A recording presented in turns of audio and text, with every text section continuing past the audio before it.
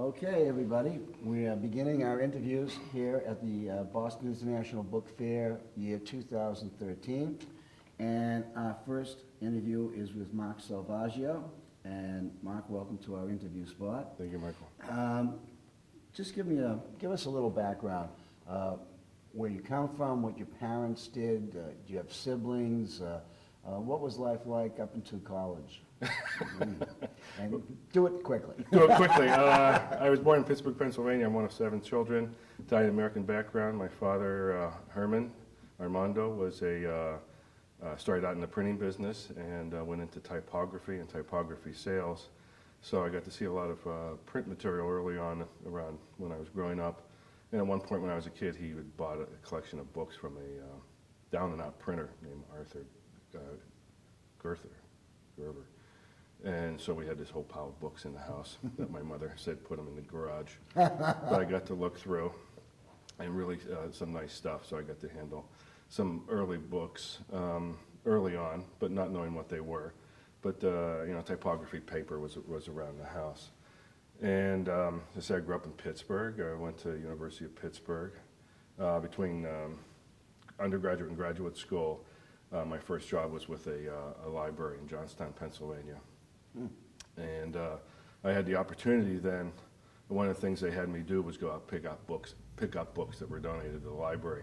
And they didn't have a library sales system at that point, so donations would come in and, they didn't know what to do with them. Right. So they said that, they knew I liked books, so I could help myself to any books. And I had already thought of having a bookstore at some point, having at one point come across a series of articles in Mother Earth News of how to build. Oh, you saw that same article, yeah. right?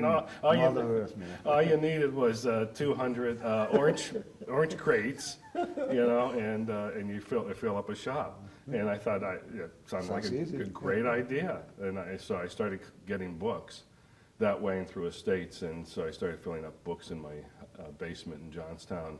And in my free time, quoting out books through AB Weekly at that point, which was fun. So, and this is 70, 74, 75, 76. In Pennsylvania? Yeah, in Pennsylvania. And then in 76, I went back to graduate school and graduated and was in a writing program there.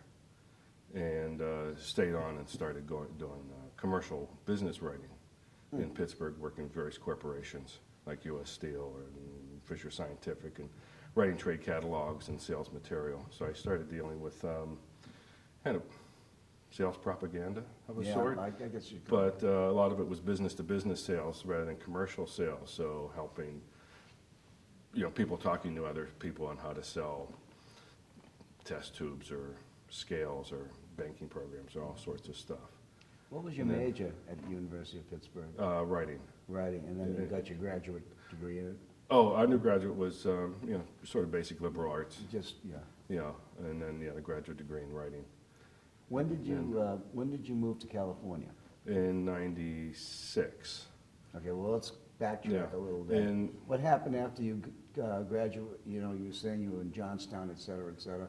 Yeah. What happened after that? Well, after graduate school, I met my late wife, Donnis, DeCamp, in 1992, and we got married in 1993, or 83, excuse me, 1983. And she had, at the time we got married, she was a regional manager for B. Dalton Books, and she had been in retail book business for about 13 years at that point, opening shops, hiring people. She really knew the nuts and bolts of retail business. And when we got married, she was working for Harcourt Brace Julanovich, who's based here in Boston. Yeah. And but not very happy with that, and I was doing this, commercial writing, which was working out financially, but not quite as exciting for me. Always that book business in the back. If I could have some orange crates, I'm ready to rock. And so we had this opportunity in 1985 where this old bookshop in Pittsburgh, the owners of it, Maxine and Bill Schoyer, who were in their 80s at the time, excuse me, needed to retire and sell out. And they wanted somebody to buy the whole piece, lock, stock, and barrel, and a turnkey operation, and to keep it running. And we saw this ad in a magazine for the business for sale, and it sparked our interest, and we contacted the Schoyers and really hit it off with them. They're wonderful, wonderful people. They're very nice people. They were very nice. Yeah, you probably knew, and they were I did know them. in the business, and they're in that period of they were close with Ernie Wesson. Yeah. And that whole Midwest Americana thing, and they had bought a business in 1952. Bill had bought it for Maxine as a wedding gift. Nice So, gift. yeah, look at what I bought Yeah, you. look what I brought you. Yeah, but she was pleased, and it was downtown Pittsburgh at that time. And it had been a shop before that. It was called Seipert's, whole bookshop that started in the 1890s. Before my time. Oh, you weren't there? I thought there's an old etching of you, a woodblock cut of you. They in the may shop. be, but it's not done from live. Well, they moved out to the location when we bought it in 1964, which was in the residential area near Carnegie Mellon University. Yeah. So the Schoyers offered to finance us, to buy their business, and to take over, buy the stock, the name, the goodwill. Yep. And the woman who worked with them, Barbara Craig, stayed on with us for Yeah. probably about 7 years. I vaguely remember. And helped us, really, introducing us to people when they came in, really helping us with understanding a lot of the stock and local history. And so, excuse me, we started working this business together.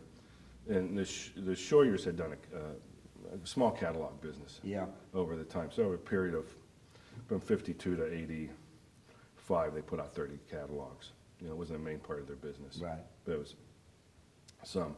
But we recognized that, we were gonna have to do that early on. Yeah.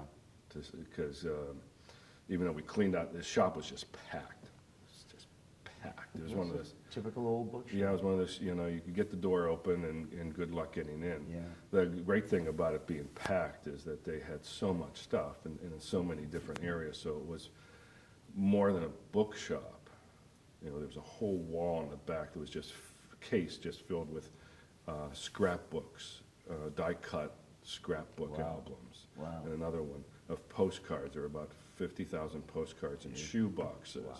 There were boxes about lined up this table of unsorted sheet music, American sheet music.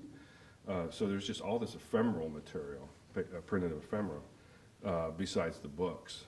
So from the get-go, I got to handle books in all sorts of subjects. Right. Because it was a general interest bookshop, plus a lot of ephemera, which was a really good opportunity for me.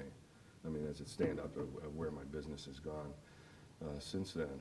So we bought this business, and we opened it up more of as an open shop, cleaned it up, and but also started doing catalogs.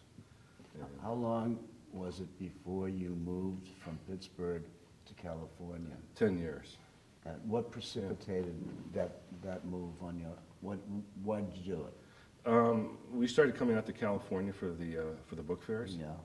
In February, isn't that a great time to be in Pittsburgh as far as the weather? Yeah, yeah. In a business, so we'd come out, we'd do both book fairs, depending on where they were, Yeah. and then just stay for a couple weeks, and we'd drive back and forth, so we'd take about 6 weeks.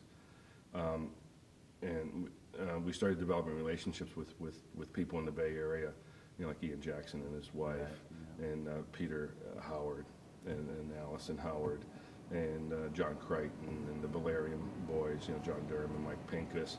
And so we started developing these personal relationships with people, because we were kind of staying around, Yeah. After the fairs. And the weather was just beautiful. We can't beat it. We just loved it. And, I'd be coming out and I'd be buying material in California. And I got really interested in Western Americana. And, to be taking it back to Pittsburgh, do a catalog, and then shipping most of it back to California. Either the collectors and the institutions being there. So more of my business was there. And the shop was just kind of just staying Yeah, morbid. So by the time we decided to close, our in-store sales were still, about 10% of our business. really. And the rest of it was book fairs. When we were on the East Coast, I did a lot more book fairs. Right. I did this book fair in Boston probably a dozen times, and Concord and Yeah, the usual suspects. things around. Not as much as you folks who are here on the Yeah. coast, but doing a lot. Philadelphia and Ohio Washington. and all around. Yeah. So we decided to sell off the stock. We weren't able to sell the store as such. We wanted to keep the name. And so it took about 2 years for us to kind of figure out how to do it financially, to sell our house, Yeah, get rid of the stock and It's a big make deal. this move. Yeah, it was a pretty extensive move. And so what year was that you? We moved out here, and we moved out to California we arrived in February of '96. February '96, okay. Okay, and did you open a shop when you came to California? No, we deliberately looked for a duplex. Mm-hmm. So we wanted to have a place where we could live in one unit and have offices and stock in the other, but that they would be separated. Mm-hmm. So we had enough colleagues who we know who sort of operate out of their house, and the stock is in the bedroom and the living room, and you have to go Yeah. through the kitchen And that sucks. and It really does. I think you edit that part that out, but now you can say it still. So we wanted the convenience, sort of working at home without having people in Right. our house.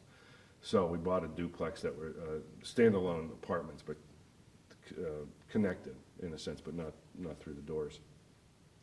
And so we turned the one into offices and completely shelved them out and had our offices there plus stock rooms Right, I've been to in the there. place. Yeah, probably early on, Yeah. when we were there in '96, '97, probably. Yeah. So that was our arrangement. So not to have an open shop, so it was kind of by appointment, but we didn't really encourage to see people. Mostly catalog business, a lot of quoting, Yeah. which still remains what I do.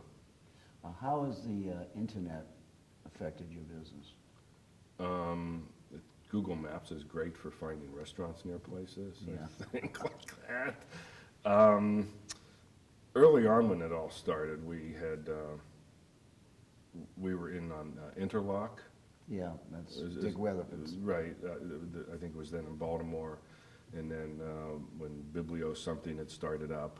Bibliopolis. No, Biblio, one that Amazon bought, eventually bought and then just swallowed up. Yeah. I forget. So initially, we were in there when it was just a dealer-to-dealer interface, and then when it went public, which started around '97, and I stayed on it till about 2005, but it wasn't a major way of selling stock at all. It was kind of worked out to sell onesie things that didn't sell Yeah. in catalogs. I could see that it was pretty difficult to turn an internet customer into a catalog customer or a quoting customer. They just wanted to be free agents, or Right. they wanted to make the decisions. They wanted things offered to them. They wanted them to find them themselves. So it ended up being a really, really small part of my business. So in 2005, I just stopped it. So I don't sell. You have no presence. Well, come on, I light up a room when I Yeah, walk I'm in. not Let's talking about face it, that person. Oh, that kind of, no. Internet, well, my name's on the ABA thing, and probably some other places. But you have no inventory online. No, though I've started when I do a catalog, floating it up on, like Dropbox. Yeah. So people can have a direct link to a PDF illustrated version of it, or I can send it as a PDF. But I don't have a website at the moment, and enough when I hear about the care and feeding of those as far as time, Yeah. and There is a certain amount of time. yeah, and whether You have to I spend. want to hire somebody. Do And you? No, I've been through the hiring thing. And having employees who make more than I do.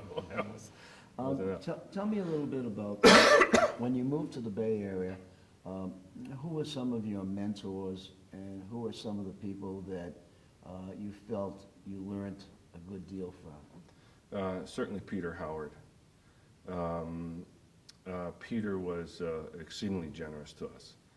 And I think Peter's generous nature to those that he liked to be generous to, because there are people there he probably not as, felt that he was that way too. But when the generosity was expanded, I felt that that spirit sort of kind of floated over the rest of the Bay Area. So there was a lot more camaraderie. Collegiality. Yeah, definitely. And I think Peter's generosity helped that. I mean, though, of course, there are people in the Bay Area who would never talk to Peter and vice versa. Well, yeah, but you always get thing, that. That's so stupid and so short-sighted and so, so non-21st century, Yeah, and I mean, and Peter was very, very generous to us. And Donnis really was smitten by him and by how generous he was. And we had become very close with his wife, also Allison. So we became personal friends with them, and so saw them a lot outside of the shop. And Peter Howard, outside of Serendipity, could be a completely different creature. I know. And particularly in the presence of his wife, also. Yeah. And to go to a ball game with Peter. Yeah, that's always been fun. Yeah, it was good. Was fun. And so Peter and I mentioned Valerium, John Durham, and Mike Pincus were very supportive from the get-go. At the time that we came out, one of my specialties was the Federal Writers Project. Yeah, right, I remember. Books. And John Durham also had a really large Federal Writers section. And so John and I had an agreement that if I moved to California, he would sell me his stock so that we wouldn't compete. And he did. And John Crichton, again, was, as I said, supportive. Ian Jackson, at that point, was very helpful to us, very supportive. Jeff and Patty Carr have been really, really helpful and good colleagues and friends. So that really helped us make this transition. Because at one point we were thinking about moving to the Finger Lakes south of Rochester. Nice area. It's a beautiful area, and we realized we were going to be an hour away from everything. But the weather. Yeah, I think it snows there. Is that right? Yeah, someone told me that. Yeah, as you're clogging through and you can't barely get to your car. Right. But let me ask you a couple of more questions that have to do with the periphery. Here's a question that I often ask. If you were to enter the book trade today, would you, could you?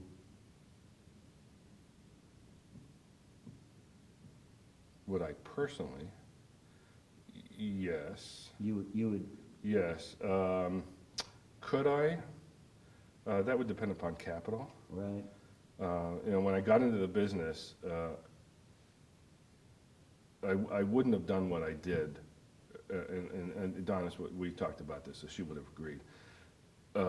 If we knew what we were post ipso de facto, whatever, we wouldn't have done it, because we went into the business without any capital. Because what little capital we had went to start up to make the sales transaction and whatnot for the Schoyer. So we started, and we didn't have equity, home equity yet. We had just bought a house, so we didn't have a lot of money to work with. So, I mean, access to capital. Yeah, that's very important. To build up, good stock without capital. And, or you can do it if you're, moving money around and borrowing money here and there. It's possible, but it's touchy. So, sending somebody to get in the book business without having, some capital, whether it's $20,000, $30,000 there as a fallback, or that you can use for purchasing stock. I love the material and working with it. So whether, saying would I do it now? Sure, and I don't look towards retiring. Yeah, you know, whether I do an open shop. I miss not having a shop Oh, a lot. Did you get a lot of stuff offered to you when you had your open shop? Oh, geez, every day. Every day? Every day somebody drove up in front of the street, in front of the door. You know, I'd go out and look in the boot, and they'd have boxes of books, or I'd get calls, you know, because Pittsburgh is these old houses, Yeah. with these large attics, large basements. There's a lot of generational transition. So the opportunity of purchasing was great. Right. And when I moved to California, I mean, that stopped. Yeah. I don't buy that way anymore. No. Well, if you had an open shop, you probably still would be buying that way. Yeah. If you have a large general shop, that's a good way of getting a lot of stock, but when you're specializing more and more. Yeah, it can be difficult. Yeah. What do you see as the great challenges facing the antiquarian book trade as we go forward into the future? Selling stuff. Obviously, yeah. You know, buying is not a problem. You know. The amount of material that comes on the market all the time and new stuff is just, you know, phenomenal. And so there's no dearth of stock. You know, it's always been, you know, who do I sell this to? So, right. The internet works out in some ways of, you know, finding people, but it's pretty passive. Yeah. Way of selling. And my business, I changed my business quite a bit over the past years after my wife passed away in 06. And at that point, then I changed the business name, and I went to my own name. I retired Schoyer's Books. And I also started moving slowly away from books and more into ephemeral material. Pamphlets and broadsides and crap, stuff like that. Yeah, and that's what I've been doing. And I continue doing catalogs. Plus I have some specialty areas that I deal in, like World's Fairs and international expositions, water issues in the American West, that sort. There certainly seems to be a lot of interest in, I know that this comes up a lot about, you know, bringing young people in. Right. And I think the younger crowd, you see them more often at book fairs. I think one way of opening it up is make the book fairs free. Boom, no tickets. You know, whatever we can do to get them in. I would concur with you, but the ABAA feels it's necessary because funding, for no other reason than to bring in some money into the coffers of the association. Yeah, and I don't know this, you wouldn't know how much, you know, ticket sales really help with the budget, and whether, you know, if exhibiting dealers that made up the difference, whether that would make a difference. But I don't know the specifics of it. All I can tell you is that I've never seen more young people at a book fair than this year. Mm-hmm. If you look around, you just see so many young people with packages under their arm. And so it seems like it's boding well. Yeah. No, and I see, you know, in San Francisco, for example, so the past February, you know, a lot of younger people, you know, coming. Because with the closing of a lot of shops, you know, they don't have the opportunity of seeing as much stuff, I think, and, you know, their heads are in these, you know, the computer so much, or the smartphone, you know, get out and they see things, and they just are a sense of wonder. Wow, I never knew such a thing existed, or. I find the younger collectors to be more visually oriented Definitely. than the old-fashioned collectors. Definitely. Yeah. They're looking for pictures and broadsides and, you know, some things that they can frame or hang up in their office and stuff like that. Yeah, and I buy a lot with the eye for how it looks graphically, and not how it's going to look in a catalog or how it's going to look in a book fair. Though most of my business is now with institutions. Right. Well, most of us nowadays. You know, so the sale, the casual fair sale, nice to have.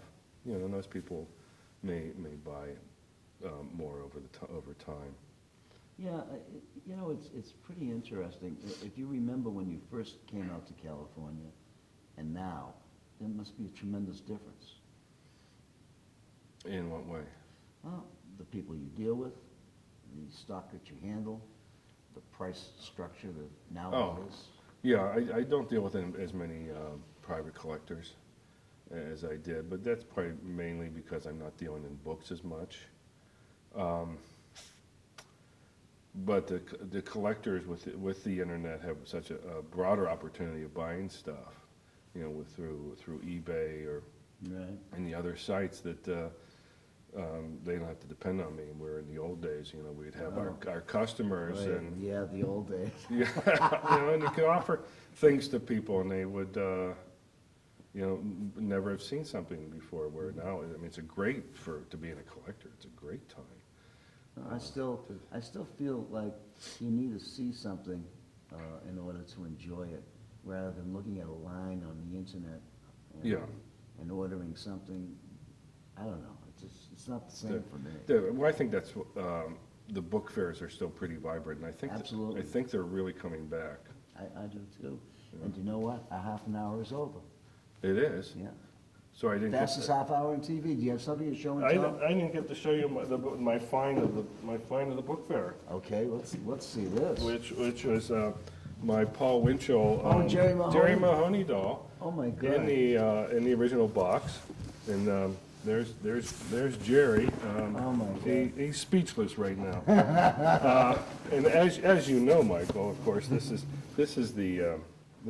probably the rare first issue of the box with the red background, where the second issue was in green, and the suit changed also. So I Really? think you noted that right off the bat. Of course, I saw that immediately. And later issues of this packaging and box dropped the television connection. So one of the reasons why I liked buying this, besides Jerry Mahoney being a great friend, Yeah. is because of this tie-in, which partly dates it to between 1950 and 1954, but also makes it a piece dealing with you know, kind of performance arts, television arts, yeah.